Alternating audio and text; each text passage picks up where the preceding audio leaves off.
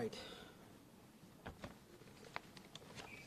All right, well, good evening, and thanks for your patience. The rest of the folks up here. Okay. First, Mark Ghilarducci, Director of the Governor's Office of Emergency Services for Governor Brown. Okay, so first of all, thanks for your patience, and obviously, I want to, acknowledge that the situation has been stressful. It's complex and rapidly changing, and so we are doing everything we can in the effort to support Butte County and the local authorities to be able to address most of the displaced folks that have been forced to evacuate as a result of the potential conditions in the emergency spillway.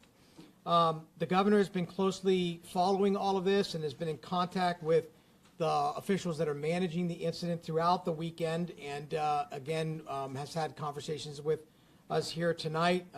Within the last hour, he has issued an emergency proclamation for the situation. The proclamation will give us the ability to take all actions necessary to protect public health and to help the local officials in their effort in doing the same. We also activated the State Operations Center, which you see behind me this afternoon, when the Department of Water Resources realized the problem was developing at the auxiliary spillway. Our 24-hour California Warning Center has also been sending notifications to counties downstream that could be affected by any potential rising water and or evacuations. Our law enforcement branch has also deployed a number of mutual aid law enforcement assets to assist Butte County Sheriff and others with the evacuations of individuals. And our fire and rescue branch has deployed a number of swiftwater rescue teams from throughout the Northern California area to assist with any evacuations that are necessary or any high water type of situations. We've been also working very closely with our partner agencies and state government. All state agencies that have a role have been activated and are here at the State Operations Center. This is a combined effort in support of Butte County and surrounding counties.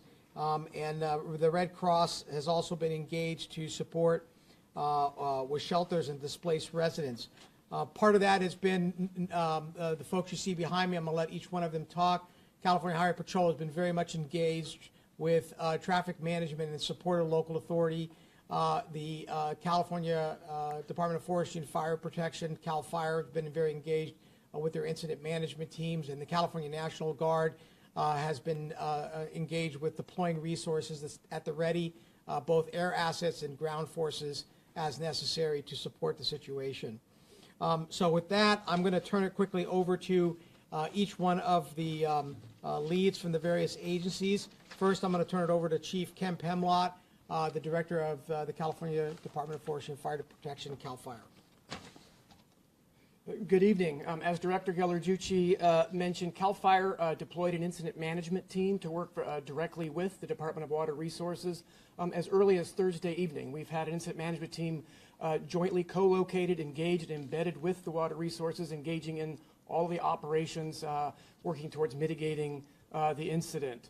In addition to that, they're not just working on plans for the facility and the operations there, but they've been very actively engaged in contingency planning well outside of and downstream of the facility. And the evacuations and the process that occurred today was a direct result of the contingency planning, and they were prepared to provide that notification to make those evacuations based on the planning and the efforts that had gone on. Again, this is something CAL FIRE is well practiced at with incident management teams, not only on wildland fires, but all hazard emergencies around the state. So in addition to the management team, CAL FIRE, as part of the mutual aid system, also has numerous fire engines, hand crews, and helicopters deployed and available to respond should they be needed. With that, I will turn it over to General Baldwin with the National Guard. Thank you, Chief Pemlott. California National Guard has all of our resources standing by and available for the call to assist civil authorities both in the impacted area in helping the displaced people, as well as helping DWR focus on helping to shore up the spillway. We've deployed aviation assets. We have military police that are going to be deploying to Yuba County. We've also have high water truck transportation available, and we're prepared to assist with mass care and shelter of displaced people. Again, all of our resources are available. We have over 1,200 people on duty in Northern California that are ready to go at a moment's notice, and we can bring in additional resources as necessary. In addition, we've been in direct contact with leadership at the United States Northern Command, so if we need additional resources from other military organizations throughout the nation, they'll be able to deploy right away.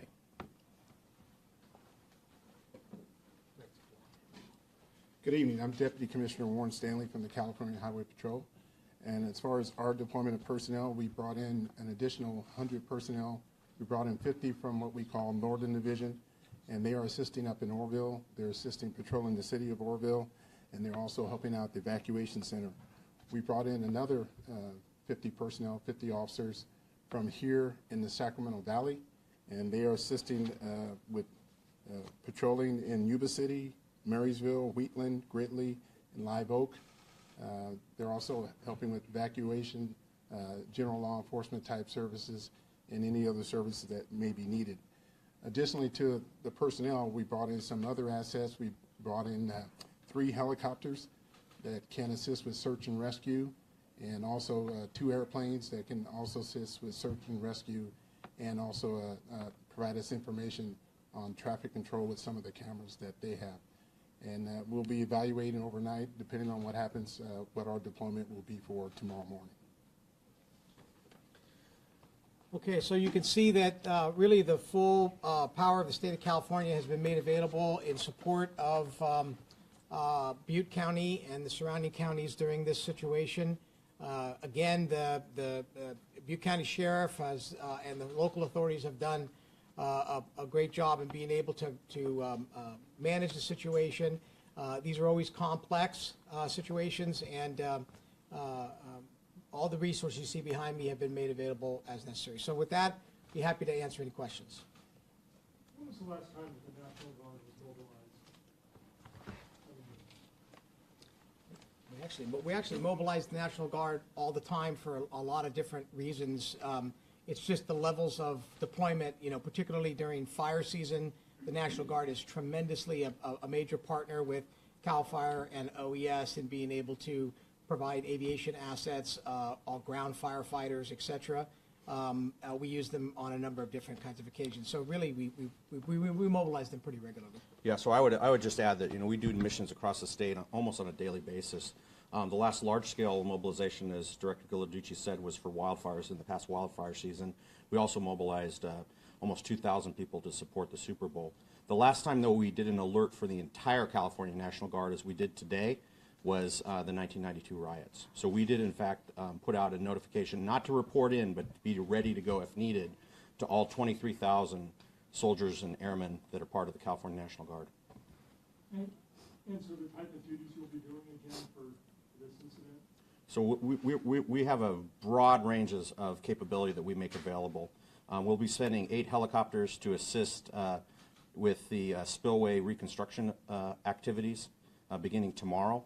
Those aircraft will also be available for search and rescue if we have to move into that mode. We're sending military police to assist with law enforcement in securing evacuated areas. And we're also going to be sending mass care and shelter units that can shelter either responders or displaced people. What is the timetable for, or the threshold, the trigger that you're looking for to ratchet back down out of this emergency operations mode? So the question had to do with our timeframes of starting to ratchet down after the next few hours or few days. Really, that's going to be dependent upon the needs of local government. Our role in this particular case is in support of the local authorities and the evacuations that have taken place, and also to support Department of Water Resources as they begin their process of doing whatever reconstruction or mitigation is necessary to make the situation safe and secure, so there's no longer a public safety threat. So you have teams scattered all over the area right now. So what seems to be the biggest challenge for you at this moment? The question had to do with our teams that are scattered around the area and what are the challenge. Well, really, we've got a lot of resources that are staged and in place. I mean, the idea here was that, like all of us, was sort of unfolded, and we wanted to make sure we had all the resources in front of the evolving crisis so that we weren't late to being able to respond.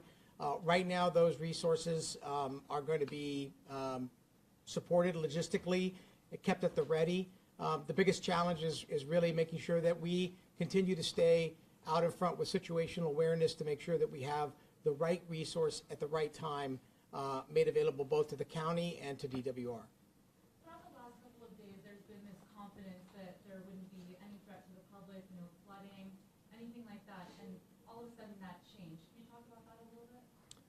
I'm going to turn it over to the Department of Water Resources Rep. Gary Bardini. Gary? Gary Bardini, Department of Water Resources Deputy Director. When you come into an emergency event like the one we just have here, where essentially you have facilities that are compromised, it takes a bit of time to go through the assessment of it and bring them online. As we work through the issues, there are sometimes where there's circumstances. So we're right now working through those. And while I have you up there, we have a reporter out at the dam, and he's telling us that everything is completely dark there. The lights have been shut off. Can you respond to that? Any of your light on the feed? I don't have where lights are off. Last question? We've had some viewers who sent in photos of prior years where there were damage to the spillway. Can you address those concerns? Were there testing, any, improvements made at that time to maybe prevent a situation like this from happening?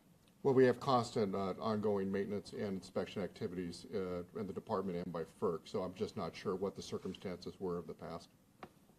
Gary, obviously we have an immediate situation that needs to be handled, but we have 5 days of dry weather and then 8 days where precipitation is forecast. Yes. What kind of long-term plans do we have in terms of making sure that we're not all back here in 10 days? Yeah. So through this Flood Operations Center, we coordinate with reservoir managers and local maintaining agencies. As a general practice, we essentially use the reservoirs to meter water out and let the uncontrolled flows go through. That'll be the kind of current practice, and we'd see that practice in the future. Obviously, bringing the reservoir down is a real critical factor right now, so we can basically continue this normal operations of the system. All right, that'll be the last question. We can follow up with any particular facts or details as these guys need to get back to work with what's going on right now.